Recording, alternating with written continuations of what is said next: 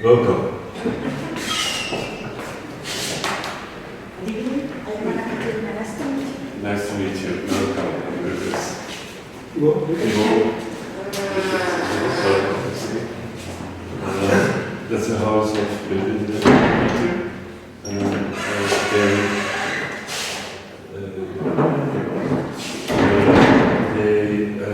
I could make an exhibition from one day, so do my presentation.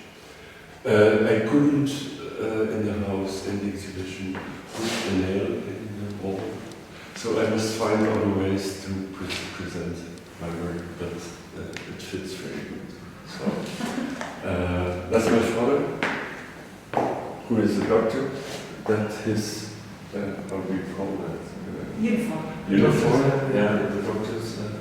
That's my second son with the handkerchief on the back, and that will become clear during the presentation, what I mean with that. So, goes this way. That's the briefing.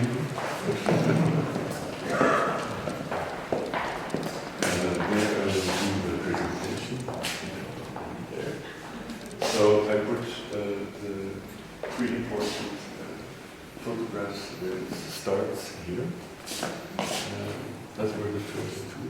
That's a cabinet of my grandfather from 1921, I think, when he did this remarkable wall paintings. And there was a third then that I discovered later on. Then there is a painting of a black Polaroid. Put it there. So there's a little bit of reflection in the painting itself, and it's a nice place to put it. As a welcome. So that's the first room. That's the latest painting. That's an old painting with the brain of a pig that I put on a red table. The red table, I put it in the next room. And it was clear for me during my PhD that I look like my father to study things. I put it in front of me and I look at it. That's a painting of candlelight, but with the light of a camera. Just like the impossibility to paint light a flame, but in clear daylight. Here is the flowers. There were the same flowers that my grandfather put as a point on his desk, and it's very important, I can show you. But I was lucky to found flesh tone, the same flowers, not white, but a flesh tone.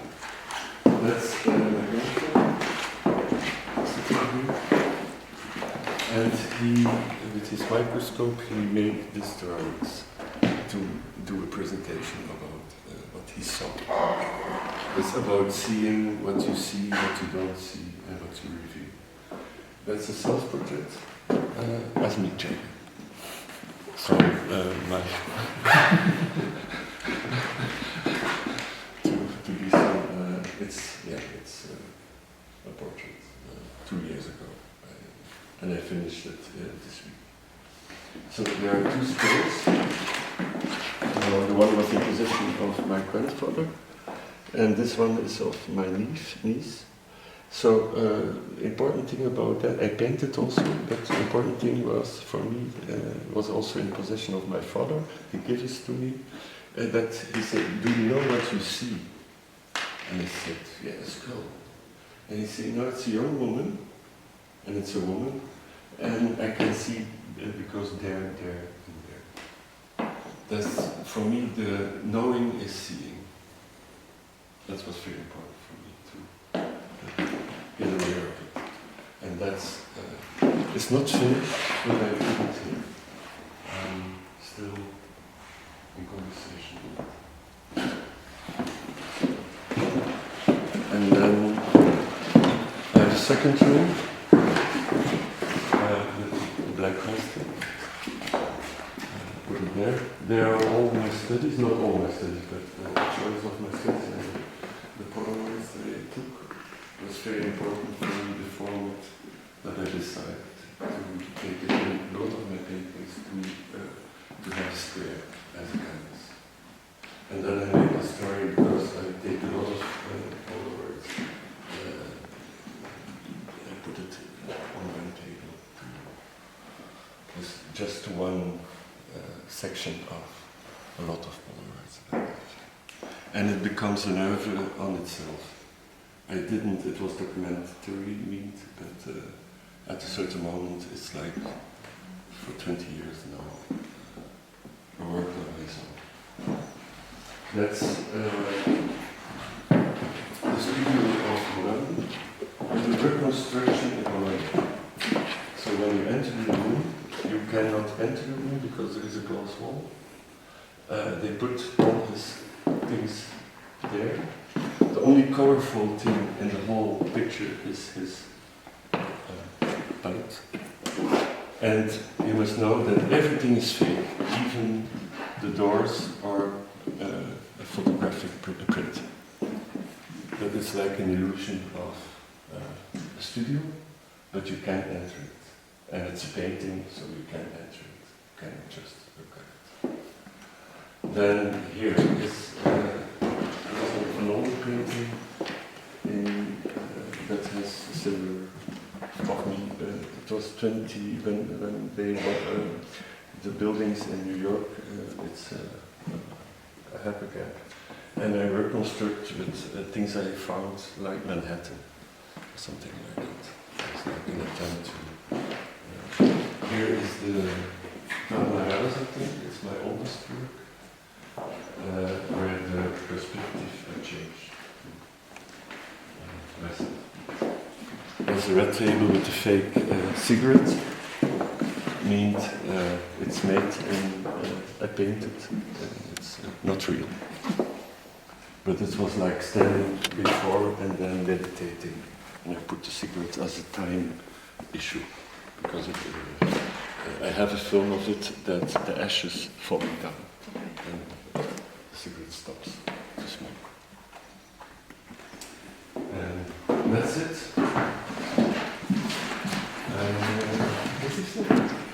Impressive setup. Thank you. Thank you. I'm very. There is another painting of my son, but I turn it around. But not every picture that you see. But I turn it around. What often happens with paintings. And then that's a very, very important of myself that I show my tongue, like to the doctor, and he can see what is inside me, but it has a double meaning that it's like, go away.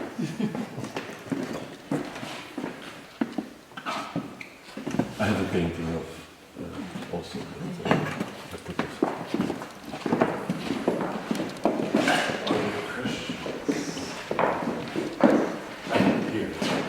That's the photograph of the white door as a table, and then I turn it around and make this another black and white issue. And that's an older painting of a plastic bag with apples inside.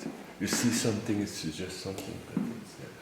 And also I had in mind the same proportions. It often comes back. This kind of illusion of that in the 3 dimensions. This is a very awkward thing, the illusion of that.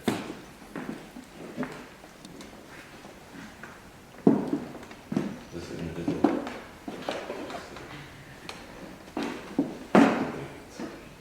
And you come from the market and put it on the table.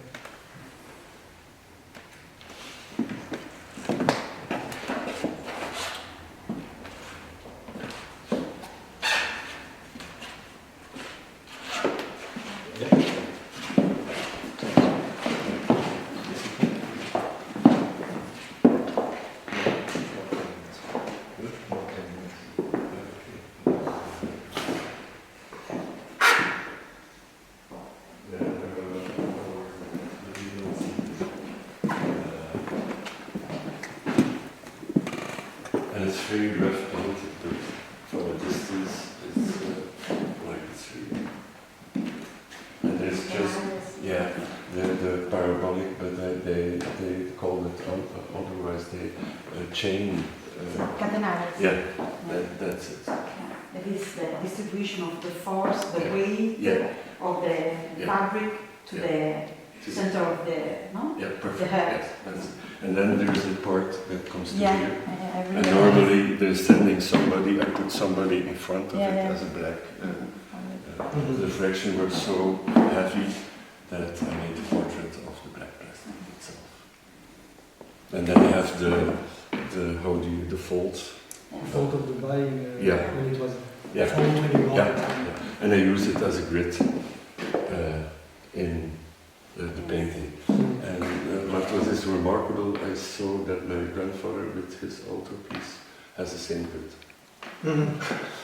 On the On the murals. Yeah, on the murals, Yeah. and I will show that. Not that it's important, but there are things coming back. Yeah. And it's funny to see that. It's black, but there is a lot of white in it. Yeah. It's great. Yeah. And then you have here like Yeah, a little detail here yeah. that you see the back of the plastic who is white. In the photographs I was looking for something little, every time a little, that there is, that there is an illusion of the setup. So I was looking for the right illumination, or how do you call it, how the light comes in. That's the darkest one, I put it here. Yeah. And there was a different kinds of light. But you have the issue of Polaroid itself, that it can control everything that's Polaroid. Is one specific one to, as an example, to use I use them all. Yeah. Yeah, all the different lights, everything. Yeah.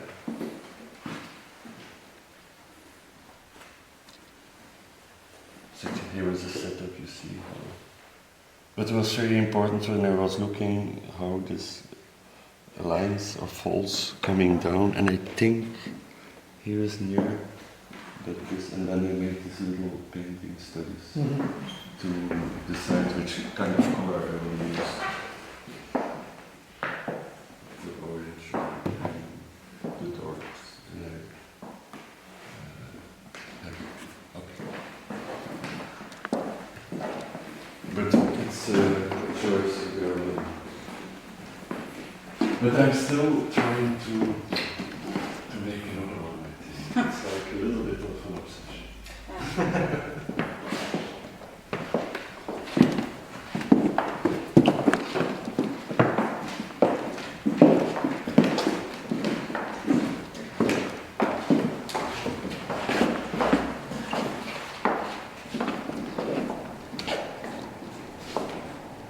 Yeah, the photos are like original.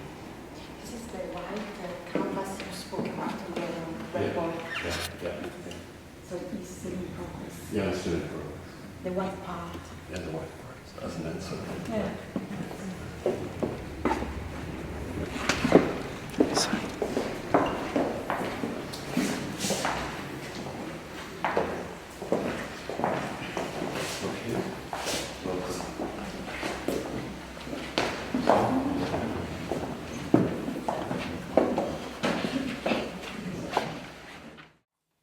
Okay, ladies and gentlemen, welcome to this PhD examination.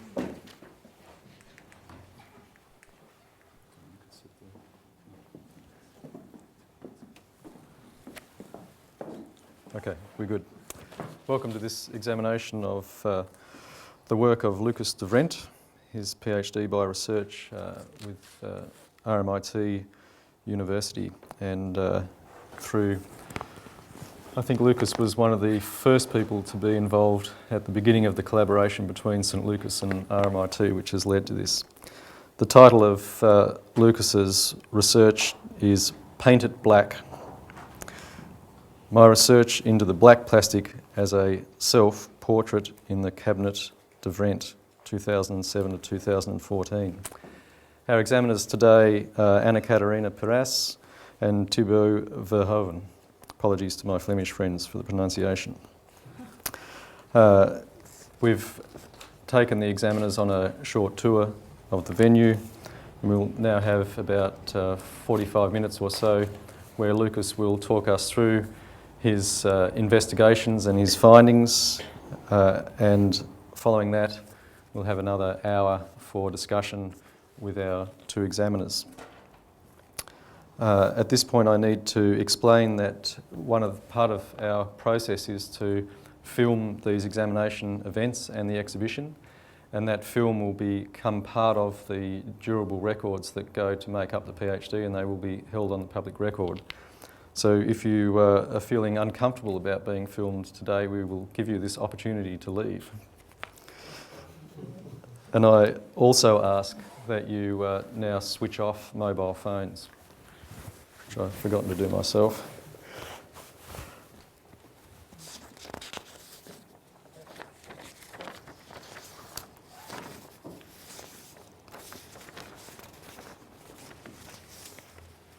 And I had a carefully prepared statement to read, which I will now do from memory.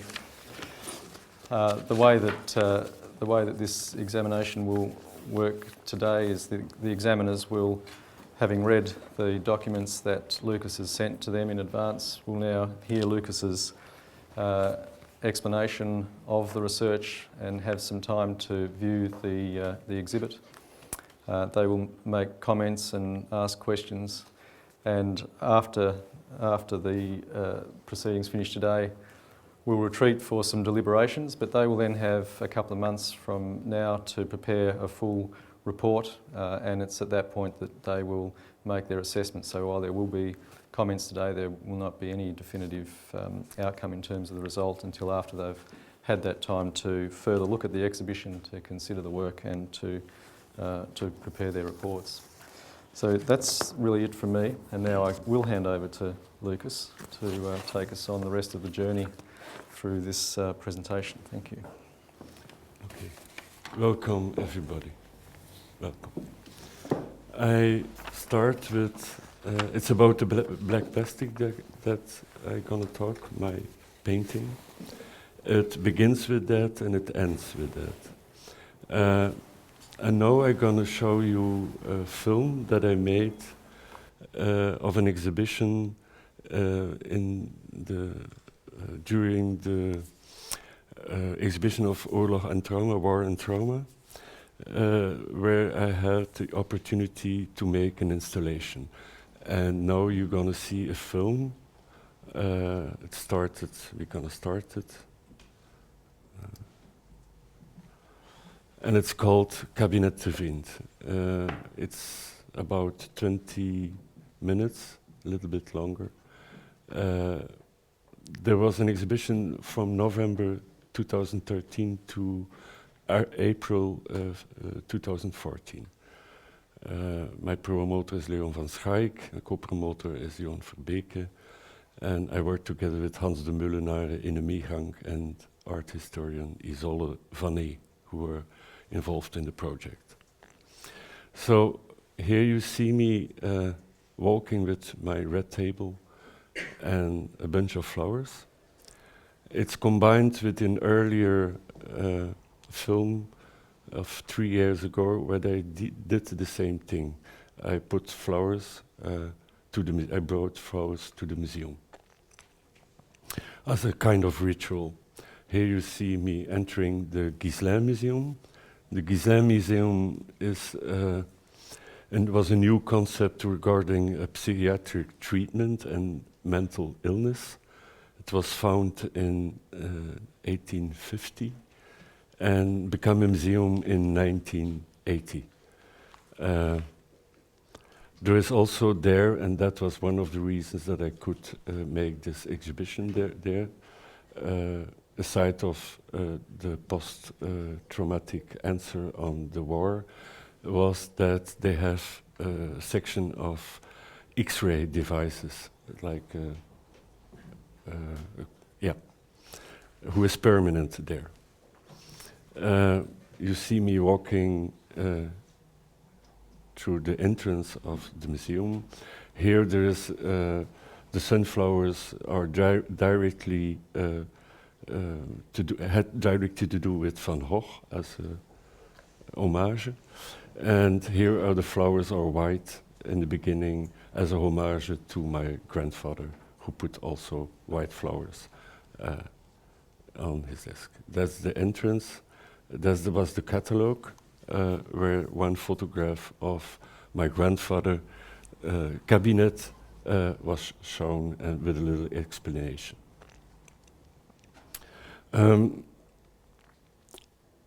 The people of the museum were very kind and helped me a lot with it, and were very interested in my answer. You will see that the exhibition itself shows the dramatic consequences of war and the traumatic results of it. You will see that it's very dark. The rooms are very dark. There are a lot of photos of the war scenes. There is a lot of painting, and also there was a statue of Johan Taon, who you see there at the right.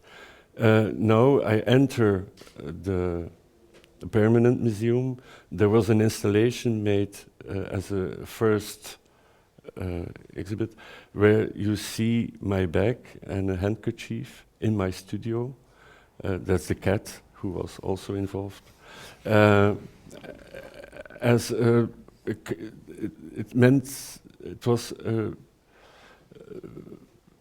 It refers to an earlier video that I made of my father and myself, because when I was ill at the time, he came over and examined my lungs, but he had forgotten his stethoscope. So he said, I have a handkerchief who he can use as a membrane first it's more hygienic, or how do you call that? Hygienic. And he is listening to the inner of my body. At that moment, it meant something to me. I made a video of it. It was like a strange connection between my father and myself. I couldn't see the image, but I could really imagine it. And it's like he could listen through the handkerchief like a white canvas and hear my inner body. So he took my blood, and the pressure of my blood also. He takes also everything he needed. So I passed further on through the X-ray exhibition, who is permanent, and then I entered my white cabinet. It was meant to be clear and white as an answer to the darkness of the war. What is important here is that what my grandfather did with his cabinet was, like I already say, a post-dramatic answer, a very optimistic answer on the end of the war, and like a new beginning of things, there is hope, there is an answer on it. And he was involved in the time with the new techniques who were available, like X-ray. I did the ritual with the flowers. I bought several times during the exhibition some flowers, and I put them in a vase. What's important for me is first the ritual, and second that arrange flowers is like making a painting. Flowers are abstract, colorful, three-dimensional objects, and you will see at my face I'm in a kind of mood. I saw it afterwards when I saw myself occupying with arranging the flowers. And I was like, how strange he is like reacting. But I was in it, like I do also, but I have the same feeling when I'm painting, I'm involved in painting. There are black and white flowers, and there is a combination with colorful flowers. It's an interbellum vase, the same as in the time of my grandfather. I put them lower, not on. You will see at a further moment in the film that there is above a shelf with the two skulls that I show in the exhibition, and I put the flowers under the skulls, not on the grave. There's like a reverse. Okay. That's the beginning from the film. I did the same thing with in the Broom Museum, where I give the flowers to Vincent Dunoyer. There is also a shelf there that we made with Hans de Mullenare, but Vincent Dunoyer is a dancer. They bought the portrait of Vincent Dunoyer in the museum in Kortrijk, and we made like a stage for him. So he moved the whole time on the shelves like on a platform for his movements and dancing. And the rest of the installation was meant as where everything is put in as a data, an archive. And we put it in the 19th century museum, like here also is a 19th century museum. It was like a test, or so I was sure that it will work at the same level in the museum of the Ghislain.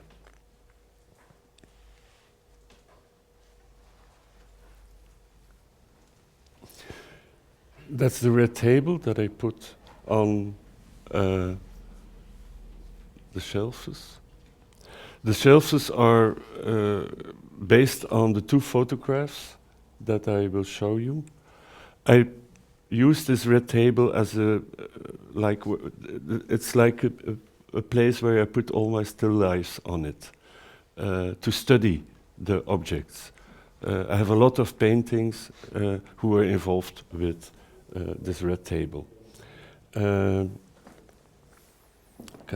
put a little bit more.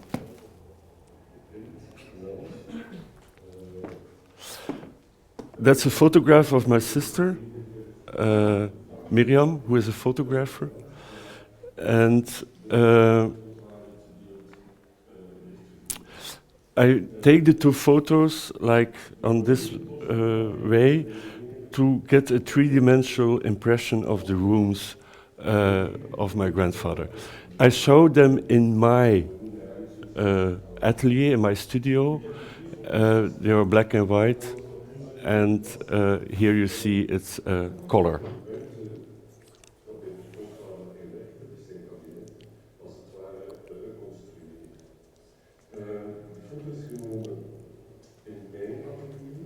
Yeah, it's very important that it's took. The photograph is taken in my atelier, and it's like I give the spectator the illusion that that the hands are from them, and not only for me. So I reconstruct the whole altarpiece of my grandfather in my own studio, and I hang there, and it's still there, so that the studio becomes the cabinet and vice versa.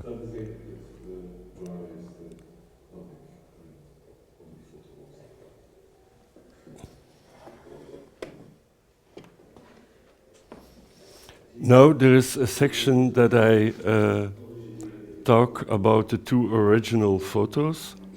The two photos are from my grandfather himself. He had the Leica, and he was involved in self-development of, how do you call that, the photographs, black and white. In time there was no color.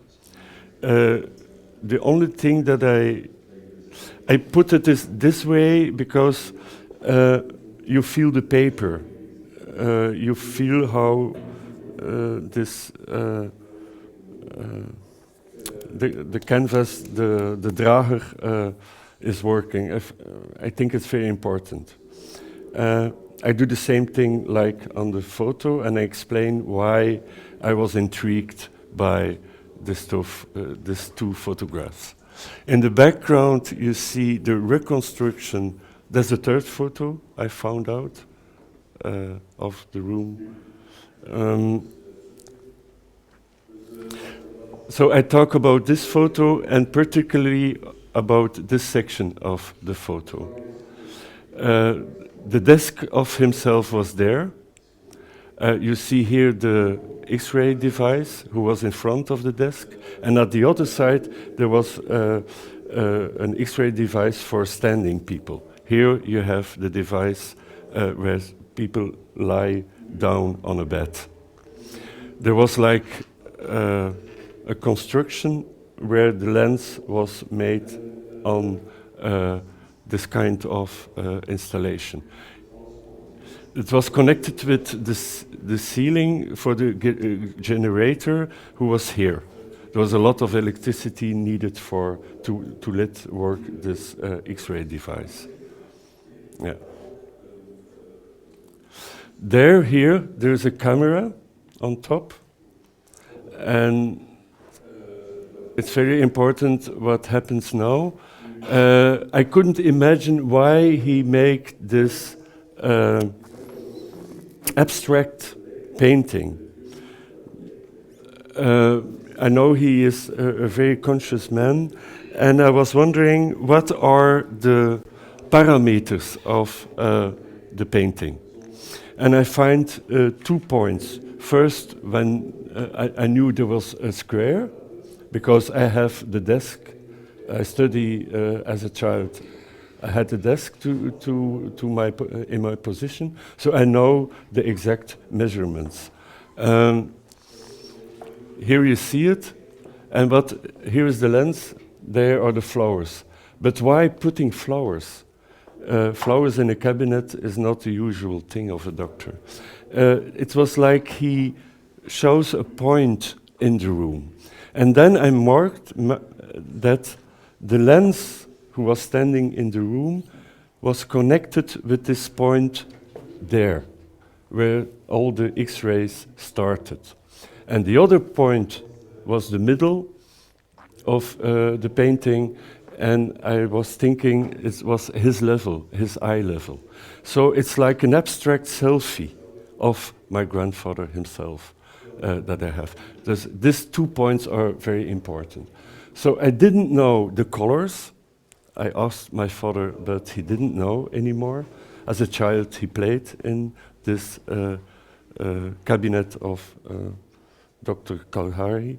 And I said, I will not reconstruct the colors, but I choose colors in function of my grandfather. So I used the color gray, dark gray of a film. I used the flesh tone of the skin, because he was also a dermatologue, a skin doctor, how do you call it, I don't know. And then there's the white of the broken white of the bones. So I have an abstract color portrait of my grandfather.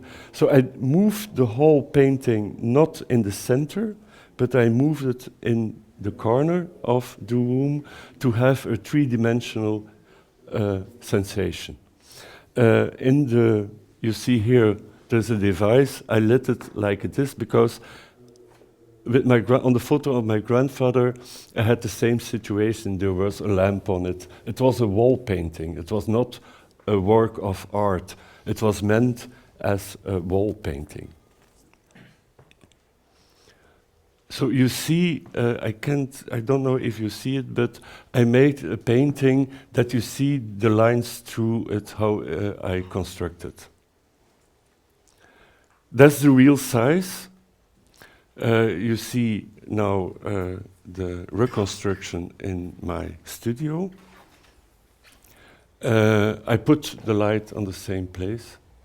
No, the light in his studio was here.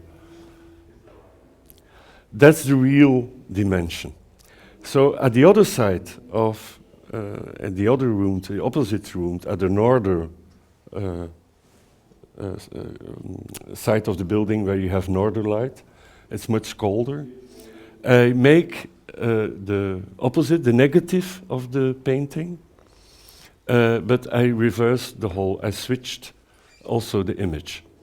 And it's like when you have such a photo in your position, you imagine things much bigger, greater.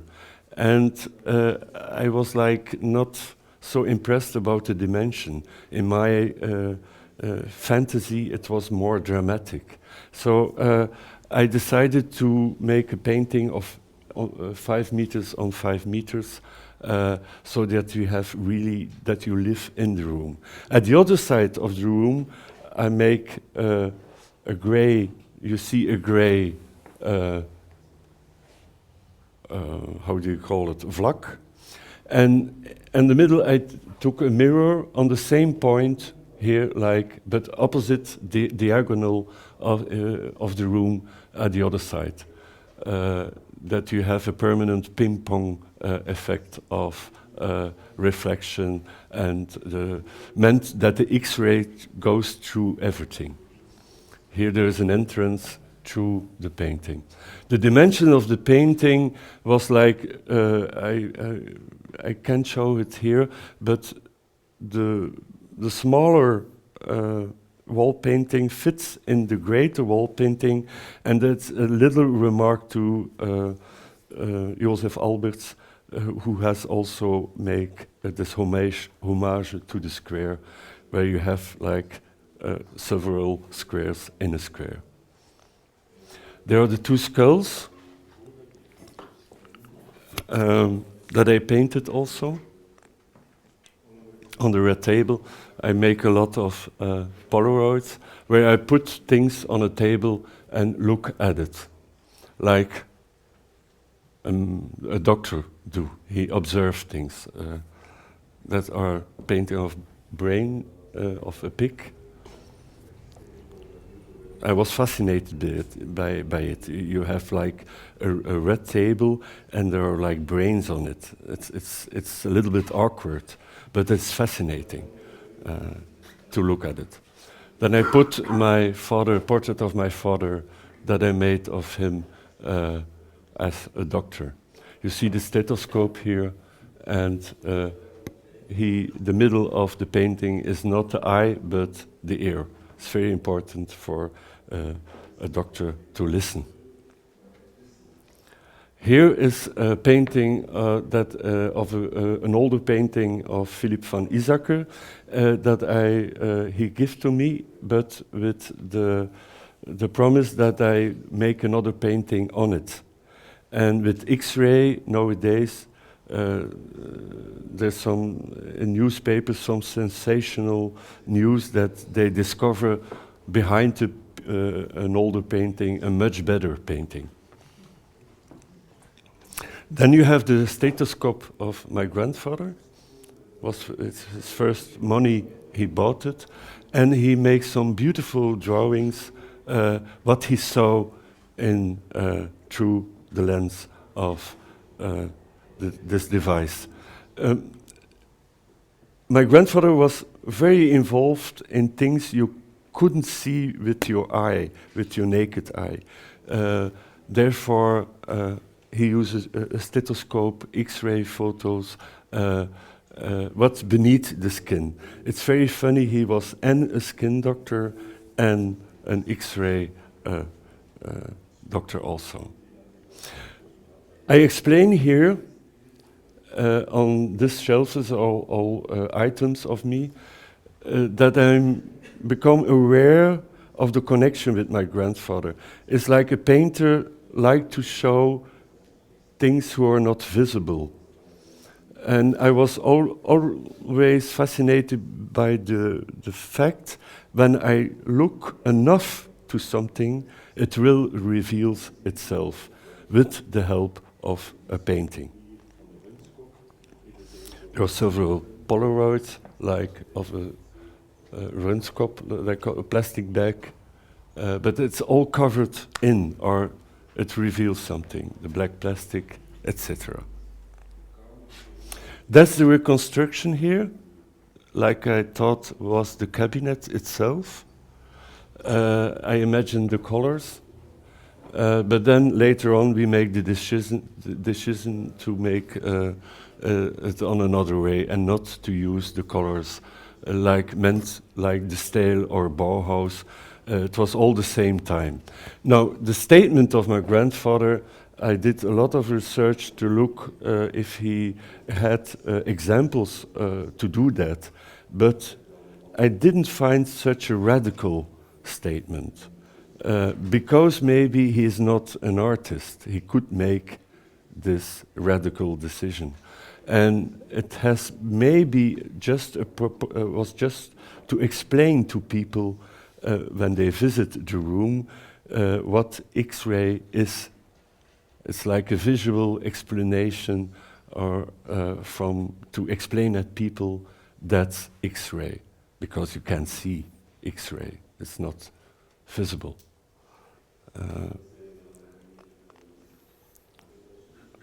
There you have the reconstruction. There's one example that he maybe saw, and that's from Johannes Itten. There was Utopia, and he used medieval painting where he made that I forgot what Pythagoras, where he put a Pythagoras figure on it, and that I used also in as a solution how my grandfather did. Maybe it's the same thing. He saw, I think, this picture. That's tabula rasa. It's my oldest work.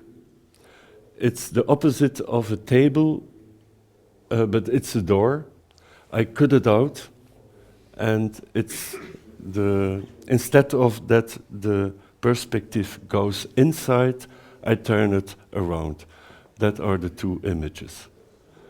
I think the work is now, 25 years old. It was when I was a student and was involved with geometric art. And this time it was not done, you make a figurative painting.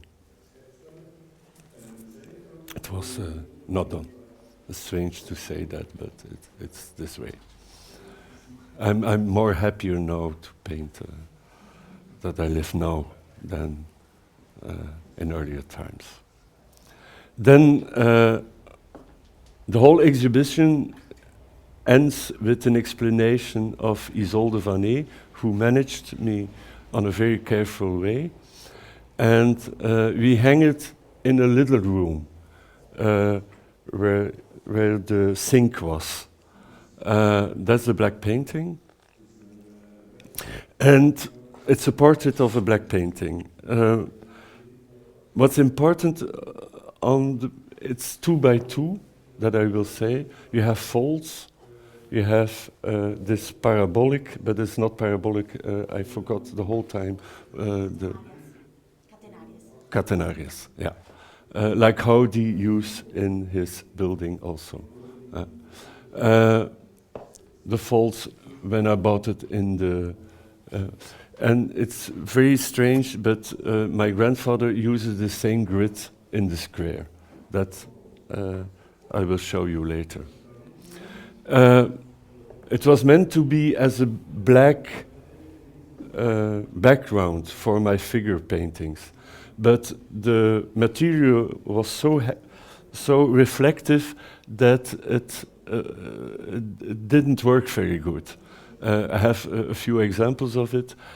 So I made a film of it that I projected on the painting. And you see, I made my whole studio dark. So during this film, it's I think 8 minutes, I reveal the light who is coming in and reflects on the black plastic. So I'm telling here that I would like to make, in the time, make a portrait of Mark Maat. He is a philosopher and also teacher at St. Luca, at Luca. And he entering the room and he saw the black plastic, and it was his remark. He said to me, don't paint me, you must paint the black plastic. That's the right portrait. So I did it. Underneath the painting, there are a lot of colors. Sometimes I think it's a better painting, but I covered it up with black and white. I think I used, there is, in the mixture of the painting, I used for my painting white and black in the same proportion. It's black, but it's also white. Now, Isolde is explaining to me that there is a similarity between my grandfather and myself, because I make my surroundings like he did also. And there is also a similarity that his room is also a dark room, where, like here, there is no light coming in. And I did the same thing in earlier times in my studio. I make a dark room where I put out the light. But to have a studio where there's no light, you can't paint. And then I lit in my dark room, it was a dark moment in my life, lit the light coming in again. It's like a turning point. The whole event around the black plastic is really a turmoil in my career. That's the film.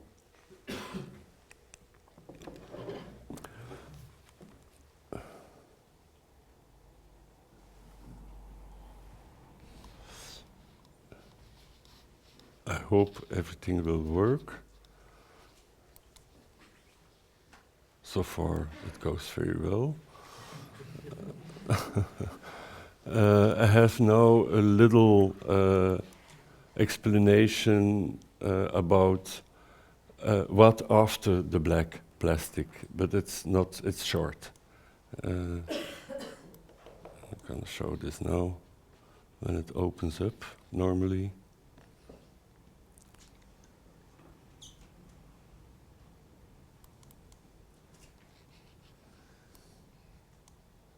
Typical. Here's my keynote. Yeah.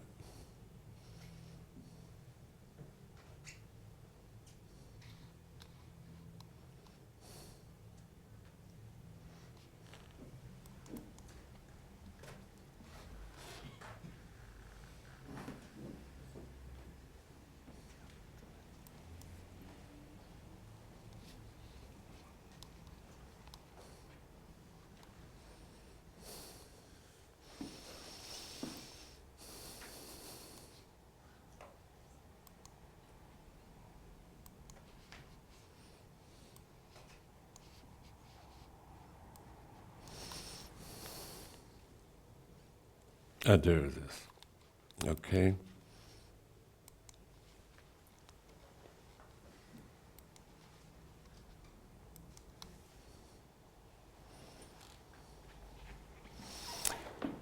So I asked somebody Virginie to make a photo of the issue with the handkerchief. With the idea to make a painting of it. The problem is when I'm myself the model, I can paint myself. So I changed it's the opposite of the black plastic. I showed the black plastic with the installation here in 2008 in the room of Tatiana Peters. And the exhibition called My Right Eye Sees Better. In fact, it is like that. My right eye sees better. And the result of that is that I have now depths. So I'm fascinating by the depths of something. And it refers to the camera, who has one eye. So my right eye sees better. That's a painting, we talked about it, with the reflection of the film on it. And then in the middle of the film there is like a short light, and that's the I put in the film a negative of the black plastic. It's not, it's like a bright light who is, that you, when you're looking, it's like, did I see something or not? And you hear the noise of the keys that I use to enter my study room, etc., etc. That's the whole installation. And that's a result of an earlier painting. It's called Sonic Lisbeth, 2003, where I put somebody in front of the plastic. There's a lot of, in my study of my PhD, there's a whole journey through the art where I found a lot of images that I put in my PhD, who has the same, not the same sphere or something particular. I was looking, here you have the folds, it's a beautiful drawing of Leonardo da Vinci, and you don't know if it's a white cloth, there is a drapery, or it's black. It's impossible to know. But it covers some things. Then you have my Polaroid. I have a lot of Polaroids. You can see this in the exhibition. The importance of Polaroid is that the square format that I use is directly is the directly result of it. And here you see always a little piece of white that you know there is an illusion. There is here the other side of the floor. There's a lot of color here of the green from outside. There's a painting again that I showed. Then I make a comparison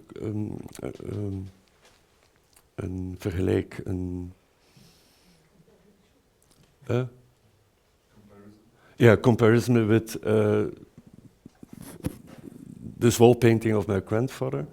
There is a similarity by using the grid, the diagonals, etc., etc. It's not important, but I'm always happy when I find something like that. Then I make another, a few months ago, I make a linear anamorphic design drawing of it, and with my son Edward we make this, it's 20 meters. So it was for one day, just an installation. And we didn't cover it, the whole thing up. We let some lines coming through. But that was the real composition in this room. Because when you see at the outside, it was like a square again. That was the purpose. I was it was very nice to do that. And then the last thing that I like to do about this wall issue of my grandfather, and it was a remark of my father. He said, it would be beautiful to put it on the gravestone of my father. So I make a design drawing for enameling on a light embowed metal plate by 16 by 16, and then in a few months we will together put it on the grave of my grandfather as to end this story. Every good story has an end. That is my obsession with black and white and the negative and the positive. I made the Polaroid painting, was also in the exhibition, where you see, it's not perfect, but it's not, you can not very good see it on the image, but you see like a gray shadow in it. that you don't know there is depth, there is no depth, etc., etc. That was the canvas was the background for a new setting for figures to put in front of it, like I did with the black plastic. I did it with the white canvas also. That was in an older studio.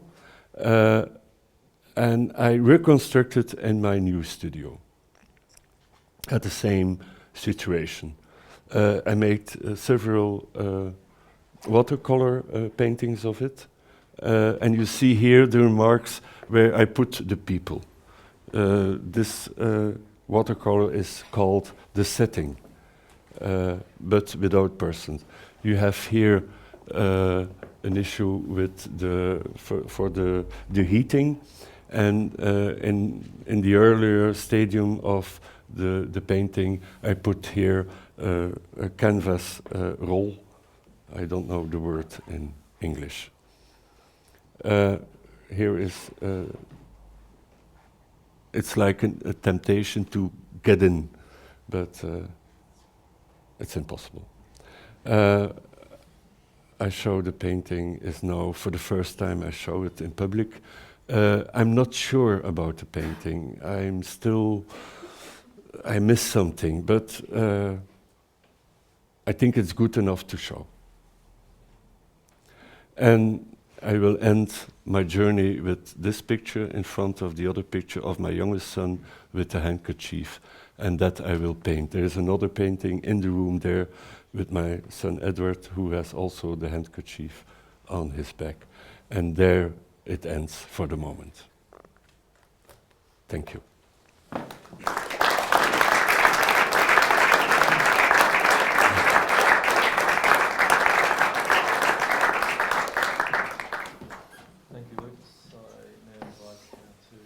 Examiners to engage with Lucas in some further discussion, questions, deliberations, and their critical insights into the work that's been presented and this exhibition. First, ladies. Ladies first. Okay. Yep. Wow. I would like to say before that I am an architect, a landscape architect, probably you know, but I worked before with artists, artists linked with open space that make. Yeah. Okay. And when you was presenting your job, that is incredibly rich, I studied all your documents, and first I have to thank you, because I have the opportunity to come back on my, my background like student in Florence with Alberti and Ser Filippo Brunelleschi, and the window open to the world, la finestra aperta sul mondo. Sì. Okay, and then while you was explaining today here your work, I was writing because it's incredibly rich what you have done, and for me, I am surprised how mature is your consciousness of this. I mean, it's the DNA, property to transmit, Yeah. Okay. Yeah.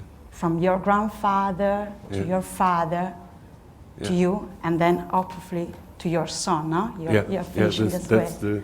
The sense. Yeah, the sense. Yeah. So the idea of the knowledge process that is circular, is a loop. It's a loop. Yeah. It's a loop. That's nice. It's the same way you construct your writings here, your words that are not a lot, are 40 pages, but are incredibly dense, rich, and clear. Yeah. Thank you for this. Yeah. And for me, I made my PhD 4 or 5 years ago, and your way to approach the maturity, in the way you approach your kind of work, your way to work, the work you made of introspection inside yourself. Yeah. With this fil rouge that starts from your grandfather, and the tools and the reconstruction of the cabinet, where you display all the stuff, all the elements, to show to us, to clearly expose to us this fil rouge, this DNA, is for me is amazing. Thank you. Yeah, thank you very much. And another thing is, I really. When I was thinking, when you spoke about your grandfather that was a physician, but used the language of the art to explain to the others what is not visible.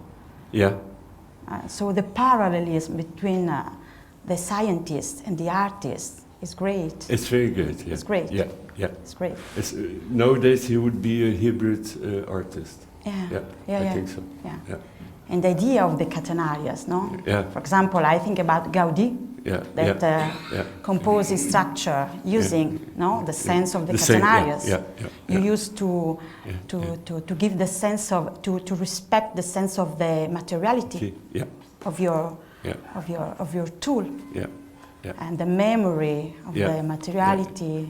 That's what I was thinking about.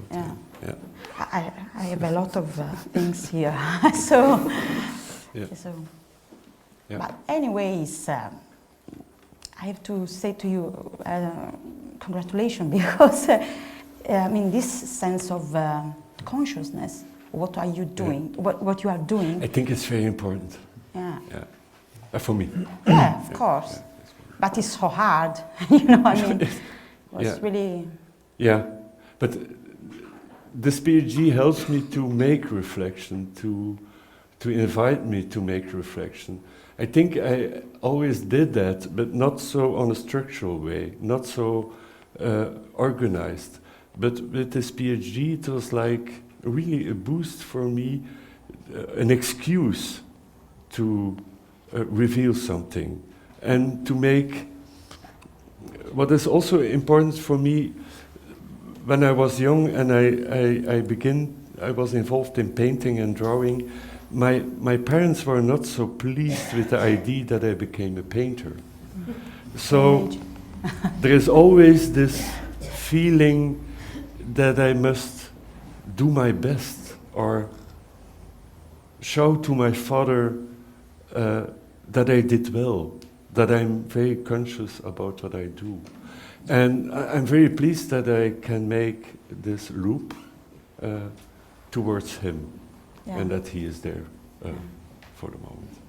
And another, if I may, another thing that is I would like to remark or ask to you is this. It's not me. Is this? It's me. It's me. I don't touch it. It's me. Okay. Is this thing of the accident, the casualty, the opportunity, no? Because all start with the casualty. That's true. So the importance of casualty in art as well as on the science. Yeah, it's very important. Because sometimes you can discover the most important thing only for casualty. Sometimes it's in front of your eyes and you don't see it. And what I remarked also in my PhD is that knowing, and that's what I tell about the skulls, that my father say, you know what you see? And I say, no, it's the skull.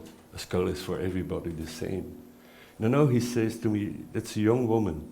And I said to him, how do you know it's a young woman? I know, I see it.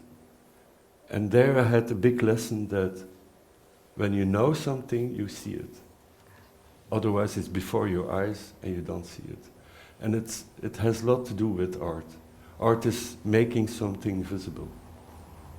That's the main red file. Of course. That's for me important. Okay. Thank you. Yes, hi Lucas.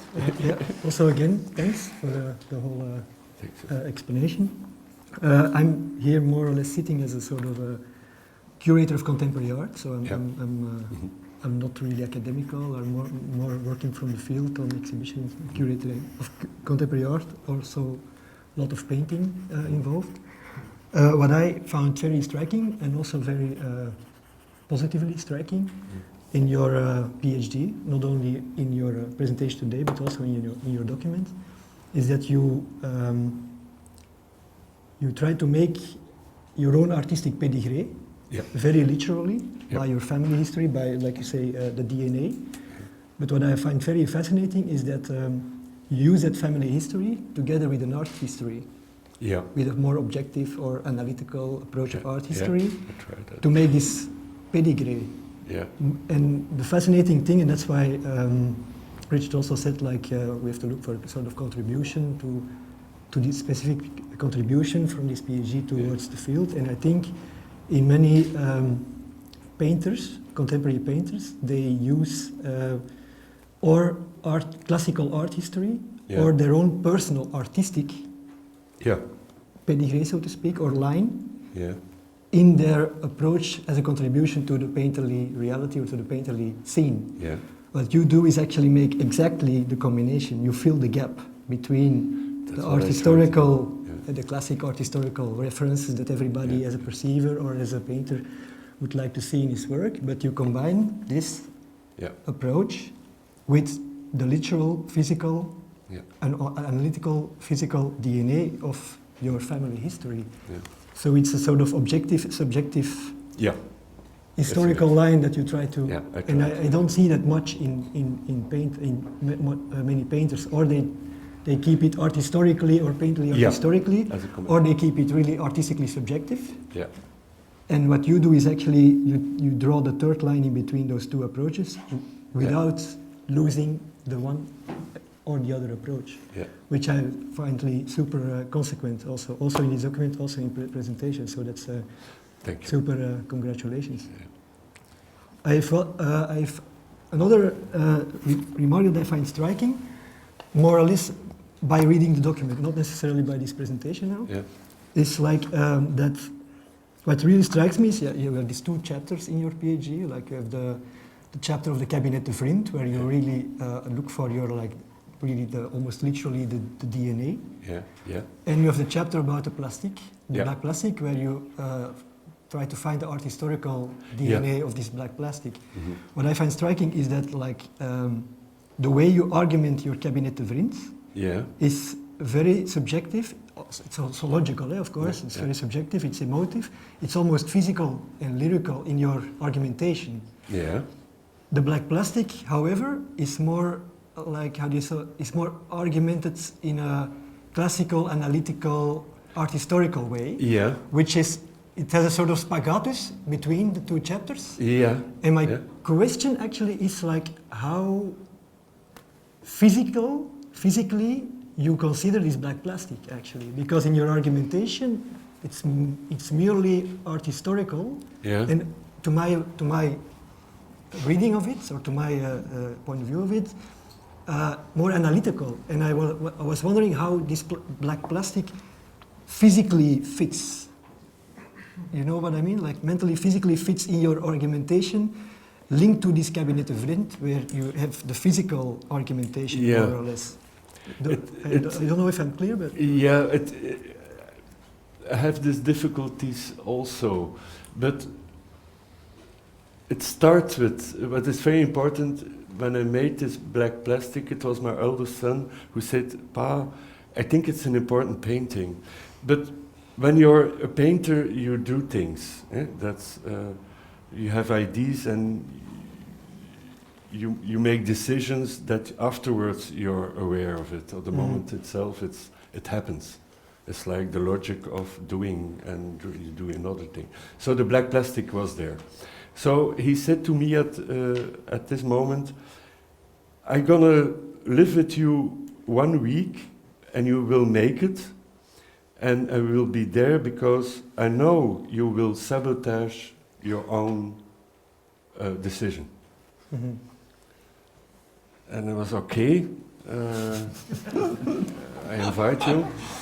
And he was really sitting there. And then he was looking at me when I was painting, And he said, no, Daddy, no, don't do that. Make it like it is. And it was a hard way. And then it was like he put myself out of the painting. It was like he was out of the painting. He uses me as a painter. So did I get in? Did I get out? It was like a very strange gebeuren.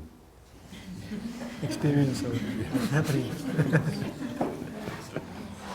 And afterwards, the consequences were revealing itself more and more and more and more. And I did a lot of studies about this black plastic because it's impossible. I think I will paint something what is not visible. And is a painter occupied with that? I don't know. You like to reveal something impossible. And maybe I'm wrong with the black plastic.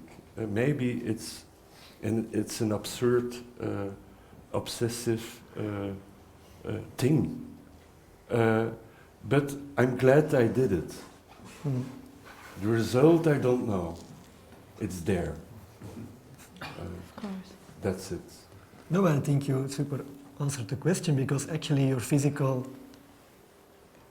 how do you call it, your physical approach to this black plastic you just explained because your physical DNA was literally present in the form of your son when you painted it, and he actually took care of that more analytical approach. So in that sense, you are like in and out of your spagatus, which is exactly also here, but which is positive. Like actually, this is the connection. What you just explained, but between the physical argumentation almost of the cabinet of Devriendt and the more analytical, art historical interpretation of the black plastic. Because this black plastic, it's a square, it's black plastic. Of course, there are like in art history many references, you also sincerely pointed out, towards the square and Malevich and so on. That's very fascinating. It's very fascinating. But what you described also very nicely in the black plastic part is that for Malevich, indeed, the black square was like a window. And nothing but a window, but nothing towards a like sort of different reality, or that's true. And for you, it's getting, because of the banality of the material that you paint. It's getting blocked, the window. So you only have it brings you back. The painting left as an object and not like as a view, like you said, like as an Alberti Jan's view on the reality. It's just like I close it. You stay, actually, you live within the thickness of your painting. That's the 2 centimeters that are there physically. That's the purpose. That was the purpose. Thank you. No, nice.